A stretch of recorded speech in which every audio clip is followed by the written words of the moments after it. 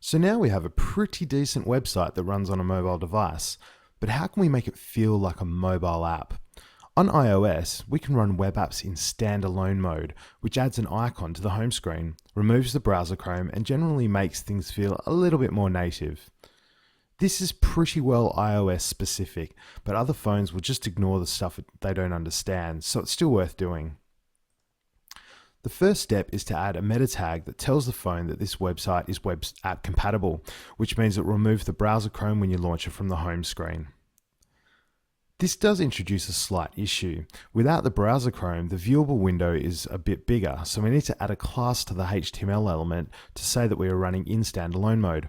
Modernizer doesn't have an option for this by default, but the browser does let us interrogate the window.navigator.standalone variable, which, if set, tells us we are in standalone mode.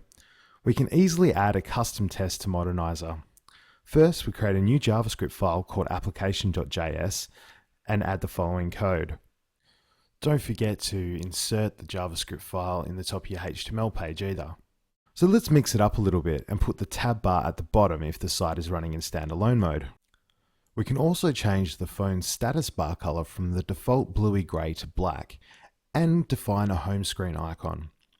Grab the icon file from the end of the lesson and drop it into the root of your project. Then add this link tag to the head of your HTML. On the topic of icons, there are 3 different sizes you need to consider. 114 square for devices with a Retina display, so iPhone 4, 72 by 72 for the iPad, and 57 by 57 for everything else. You can easily specify different icons for different sizes by adding the size attribute to the meta tag. It's a good idea to leave the 72 pixel one at the end of the list, as older devices don't know about the size attribute, and this way you get guaranteed to supply them with the right size. We also need to tell Safari to not mess with the font size. By default, it will increase the font size when you rotate into landscape mode, and we don't want that. Let's also lighten up the highlight around the links when it gets tapped. And finally, tell it not to bring up the context menu when you hold your finger over a link.